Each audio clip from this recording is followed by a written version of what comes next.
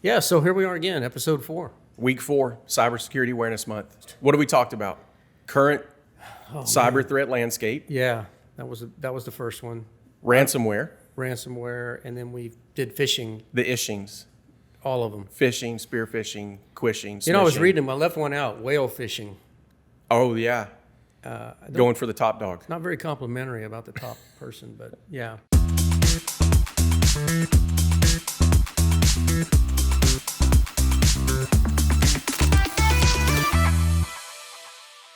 So what are we digging into today?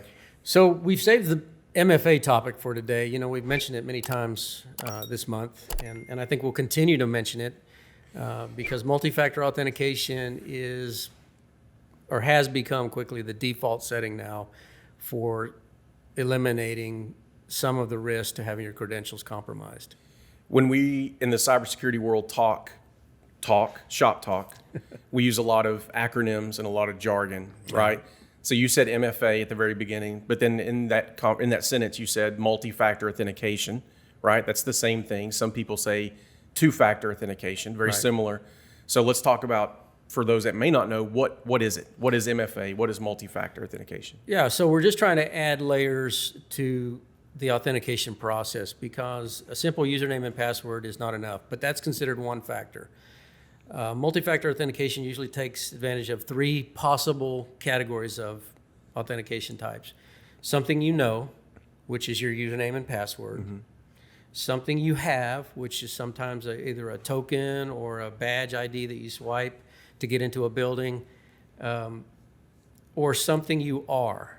That's usually considered the third factor, and that's usually a biometric thing, like your facial ID that your iPhone does on you, your fingerprints. Yeah, those unique things that identify you as an individual. When you combine any 2 of those 3, that's considered multi-factor authentication, but technically it is what you said, dual-factor authentication. Right. And I'll just tell you, most people act like it's new, but it's not. We've been doing dual-factor authentication for many, many decades. A good example is your driver's license. Yeah, And you I have. know you're former law enforcement. Yes. What did we used to ask people for?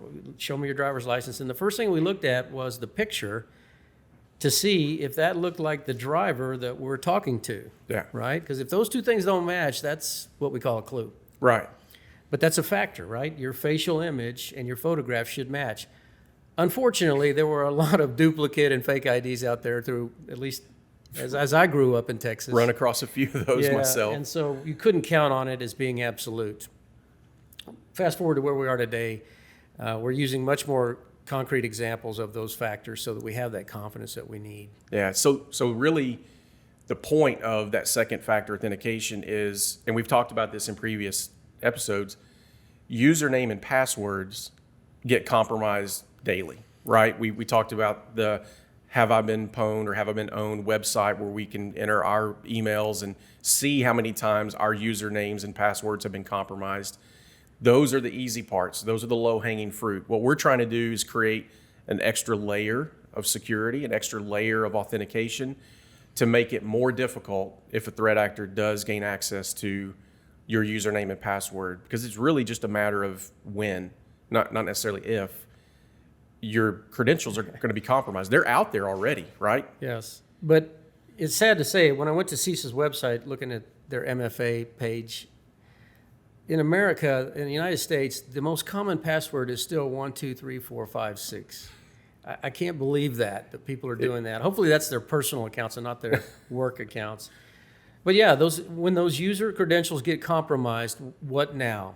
And depending on your role in the organization, if you're a server administrator or the CEO, you may have what we call a huge attack surface, right? Where you have access to the keys of the kingdom now, and so do the threat actors. So yeah, multi-factor authentication, I mean, we're talking about it really specifically in a work setting, right? Our organizations, but every one of us have experience with MFA, even if we don't use it at work, because we all bank, maybe bank online. Right. And that's probably asking us for a second factor authentication. Your Gmail accounts now, when you log into Google accounts, ask you for second factor. I mean, my kid started a new school this year, and for me to get into his online grades, I have to use a multi-factor authentication to do that. They send a push notification to my cell phone. My cell phone, something I have, right? So it's not a matter of, do we have to have it at this point? It's a matter of, yeah, we have to have it because everybody's moving towards MFA because it just gives us that extra layer of protection like we talked about. You and I mentioned specifically talking offline last night about a stat, and we may have mentioned it in one of the previous episodes. Microsoft, and this is a shocking stat, says you're up to 99% more likely to not have a data breach or a compromise if you have multi-factor authentication enabled. Yes, I don't know where you get a 99 point. And actually, I think it's 99.9%. It is. I left the 0.9 off. You're being very cautious. Yeah, well, Microsoft was bold. They said in their experience, having MFA stops 99.9% of the user credential compromises that they see in their customer base, and that's a huge statistic. It becomes a very compelling argument for why if you don't have MFA, you need to get there fast. Yeah. I mean, in the risk world, if you can say you're 99% less likely to have something catastrophic happen if you do X, would you do X, right? I probably would try to figure out a way to get to that point. And we talked about, the seatbelt law, right? You and I are both old enough to remember when seatbelt laws came into effect. I didn't like it. And user acceptance of seatbelts was a little bit slow. Right. But there's a stat I also read from the Insurance Institute for Highway Safety that says if you're wearing your seatbelt in the front seat of a vehicle, you're up to 50% less likely to be severely injured or killed. But that's not nearly as compelling as the 99% stat, right? But we still wear our seatbelts every day because we've become accustomed to it, and we also know that there's a distinct benefit to us and our safety for us and our loved ones if we're wearing our seatbelts. MFA, multi-factor, is going to be a requirement at some point to get to there. Yeah, and I think that usually is what drives user adoption, is they need to understand, why are we making this change? Why do I need the seatbelt? And then we understand, what are the outcomes if I don't, or what are the benefits if I do, or both, right? And I think the Microsoft statistic you just gave is a very strong reason why we should implement multi-factor authentication in the workplace. And I think our users are going to just have to modify their behavior. I remember the first time my bank said, oh, now you need to enter this PIN. And I remember thinking, man, really? I'm in a hurry, I'm trying to buy something, or I'm trying to get something done. And it was because I didn't really understand the benefit. Yeah. But you and I get the reports all week long of all the compromises that are happening out there in the world. And we've even had a recent example of one of our members who got notified that the credentials of one of their system administrators had been compromised and was being actively used to log into one of their servers. And the only thing that was preventing this threat actor from accessing their data was the multi-factor authentication component. Right. They were actively watching that user credential try to gain access, but it couldn't because they didn't have that second factor, that token. And that makes it tangible. I mean, if I'm at home, it's Saturday night, I think the world is safe. Yeah. And I get notified that someone's trying to hack into our server, and the only thing stopping them is MFA, I'm going to be very thankful we implemented MFA. Pat yourself on the back, right? Yeah. So take a bow. So we made a compelling case as far as the benefits to having it. Why aren't organizations fully implementing this? What's the hindrance? What's holding them back? Well, I think we talked a little bit about some of the user changes that have to happen in their behavior, but there's also a cost. It's an add-on to make sure that your critical applications require multi-factor authentication. When I started shopping for multi-factor authentication in a large environment in 2017, it was going to be pricey to implement for all of our 5,000 plus users. I think over time, more and more solutions have become available. You had to consider having a token issued to somebody that would generate that PIN. Now you have apps on your phones. So those of us who have city-issued cell phones or at least organizationally managed cell phones, whether it's your personal one or not, we can ask our employees to download these apps now. And Google has an authenticator, Microsoft has an authenticator app, and I'm sure there are many more. So I think the price is becoming much more reasonable, but that's usually one of the barriers. And then the technical side of it is you have to implement it correctly so that it's requiring that authentication for your users. Yeah. So as a city leader or a city executive or someone high up in your organization, some of the questions you need to be having or conversations you need to be having with your IT or your security staff about multi-factor authentication is, where does it need to be implemented? Where do we need to focus MFA to be the most successful, right? We kind of have the opinion that all user accounts need to have MFA enabled, because one user is compromised, then they could get the keys to the kingdom. We could go into depth about principal least privilege and some other things, but what are some other areas that if you're trying to focus on implementing MFA, can you get the most bang for your buck? Yeah, I think anybody who's accessing your environment remotely, that's the highest risk. Yes. Right? Because those users could be anywhere and they could be these threat actors. Yeah, and we saw a huge rise in remote work, right? COVID, yes. and COVID has settled, but we're still seeing remote work being a significant risk factor for organizations. And it's still being used heavily by a lot of organizations. Sure. They're allowing remote work. So your VPN access, any kind of, we call it RDP, right? But it's basically remote access to any kind of entity in your environment. Those are the places where I would definitely put MFA first. Okay, so again, we kind of, because we're talking back and forth, VPN, RDP, let's talk about what that is, just VPN, to make sure people understand. Yeah, fair enough. Virtual private network, right? Yeah. That allows remote access from a worker at home to come into your corporate environment and do their work as if they were in the office. Right. And it protects the data as it travels across the internet between their home device and the work device that they're accessing. So for them to get into the network from the outside, they use this connection. And in order to do that, they have to use their username and password, but we're talking about adding the multi-factor on top of that. That's right. Okay. Yeah, exactly. And then the other one we talked about was RDP, which is a Microsoft protocol, which is remote desktop protocol. It was very handy when they first came out with it, but it's very risky to use. I don't advise anyone have it enabled anymore unless someone has already authenticated through your VPN device and done the multi-factor authentication. Right.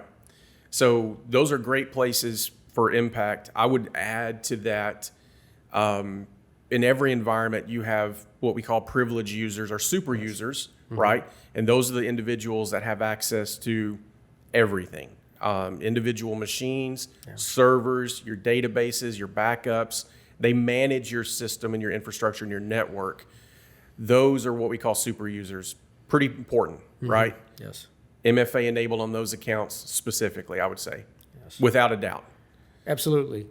And so that goes back to the discussion you were having earlier about, okay, if I don't have MFA, and you guys have scared me enough that you convinced me I need it, what's the next step? And I agree, you need to get with your IT support, whether it's in-house or outsourced, and say, how far away are we from being able to put MFA on all of our accounts?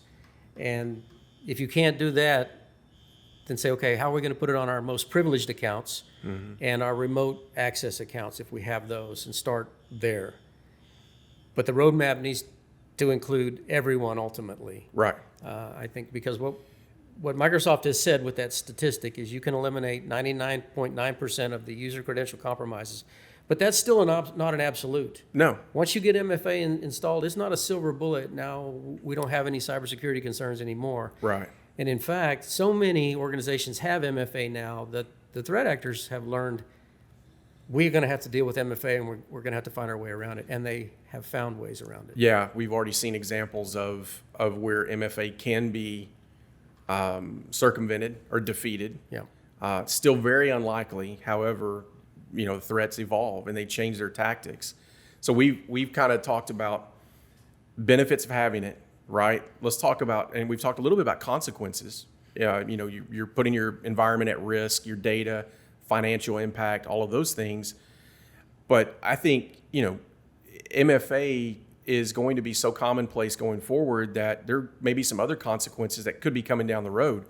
One of those, we've already seen it in the cyber insurance world, where if you don't have MFA at all, you're either not eligible for coverage or you're specifically not eligible for higher limits of coverage. So we see that.